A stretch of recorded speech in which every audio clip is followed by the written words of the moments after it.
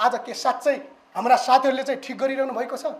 आज दोषी दललाई दोषी करार गरिरहँदाखेरि हाम्रा क्रियाकलापहरू ठिक भइरहेका छन् भन्दाखेरि भइरहेका छैनन्। आज हामीले आम संविधानमा लिखित गरेका छौँ यो देशको सार्वभौम सत्ता आम जनतामा निहित हुनेछ भनेर हामीले त्यो किसिमको संविधानमा लेखेका छौँ। आज कुनै व्यक्तिमा जाने हो, कुनै व्यक्तिको हुकुमी शासन चल्ने हो, कुनै व्यक्तिले फेरि राज्यभन्दा माथि भएर चाहिँ यहाँ हुकुमी शासन चलाउने हो, हामीले हुकुमी शासन ठिक छैन भनेर त्यो किसिमको एउटा हिजो आन्दोलन गरिसक्यौँ।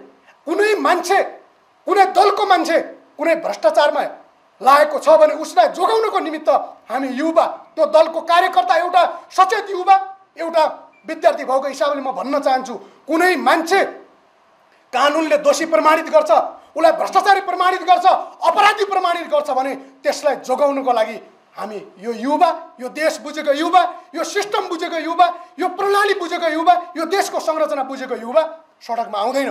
त्यस्तो मान्छेलाई कारबाही हुनुपर्छ। भ्रष्टाचार गर्यो भने त्यसलाई कारबाही हुनुपर्छ। तर जसरी चोकमा बसेर, जसरी मिडियाका वालहरूमा बसेर, जसरी सामाजिक सञ्जालमा मान्छेलाई दोषी करार गरेर हिँडिँदैछ, के यो हामीले समाजलाई सकारात्मक दिशा दिइरहेका छौँ?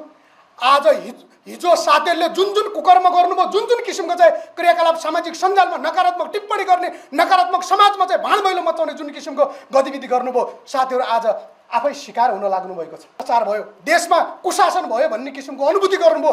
उहाँहरूले गरेको आन्दोलनमा हामीले सुरुमै ऐक्यबद्धता जनायौँ, सुरुमा ठिक छ तपाईँहरूको आन्दोलन भन्यौँ र त्यो पछाडि जसरी जुन किसिमको गतिविधि भयो, जुन किसिमको घुसपैठ भयो, जुन किसिमको रातारात सत्ता परिवर्तनका खेलहरू चले, जुन किसिमका सत्ता परिवर्तनमा पात्रहरू कुन क्यारेटका छन् भनेर चिट्टा ताने जसरी तान्न खोजियो, सरकार परिवर्तन सरकारमा कुन मान्छे राख्ने भनेर तोला जोखे जसरी क्यारेट छुट्याउने काम गरियो, त्यसले त